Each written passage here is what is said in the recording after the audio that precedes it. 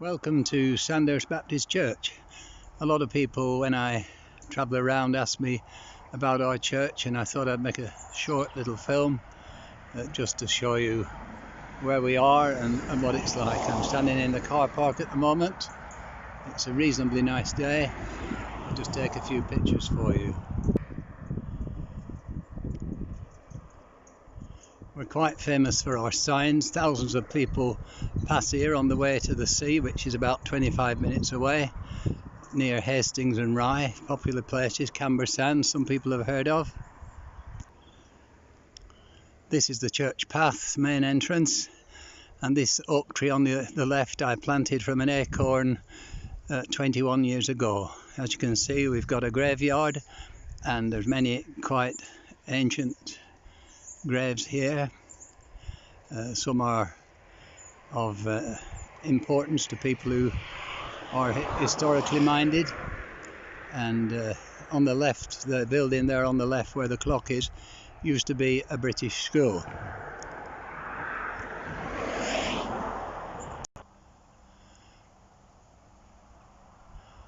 I'm quite well known in these parts and even up north for my graveyard tours, and this grave here with the bricks on that is a Huguenot tomb, because this church has a strong Huguenot connection.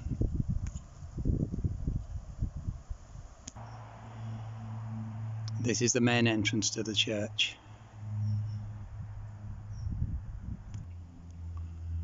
I've always been pleased with this sign. I once had it repainted years ago, and I hope it is a true expression of what we desire here in Sandhurst. Some of you in the north will remember my father and mother-in-law, and this is where they're buried, at Sandhurst Baptist Church, long way from Lancashire. This is our largest Huguenot tomb, and there's a large family came here, and their bodies are buried in this. It's like a vault inside, and the pipe you see coming from the building, the black pipe, you'll probably just be able to make out some markings on the wall, the brick wall. There used to be a tank there, and the water from the roof would flow into that tank, and then it will be sent through a gully into the church baptistry, and as it's south facing, the water will be warm in summer, no need to heat the water, and that was just an interesting way they did things. This is what we call our patio area at the rear of the church.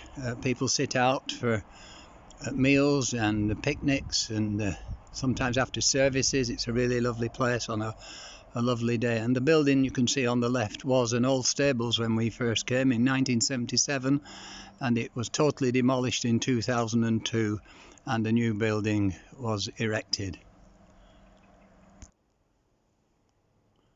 This is what we call the church hall.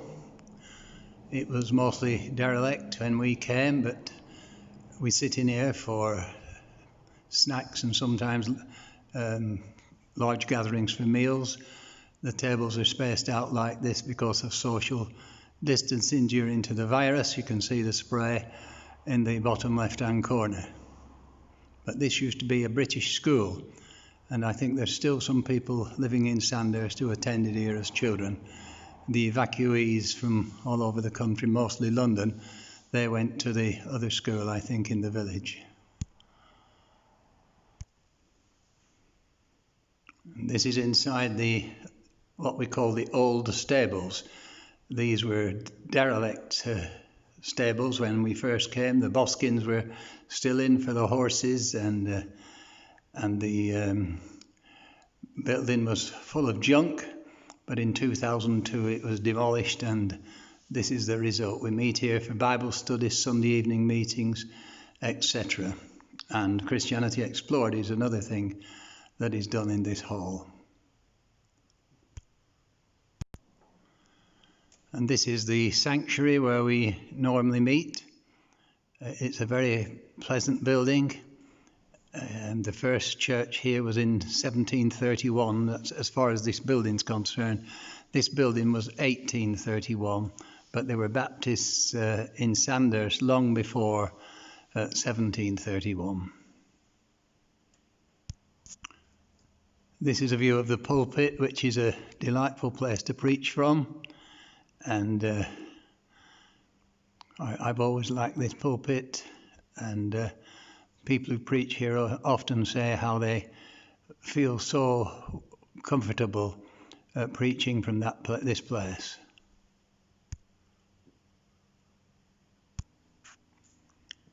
As you can see, we do have a gallery, and it's very useful to have a gallery like that, and at present, with the spacing out of people, it's proved its worth yet again.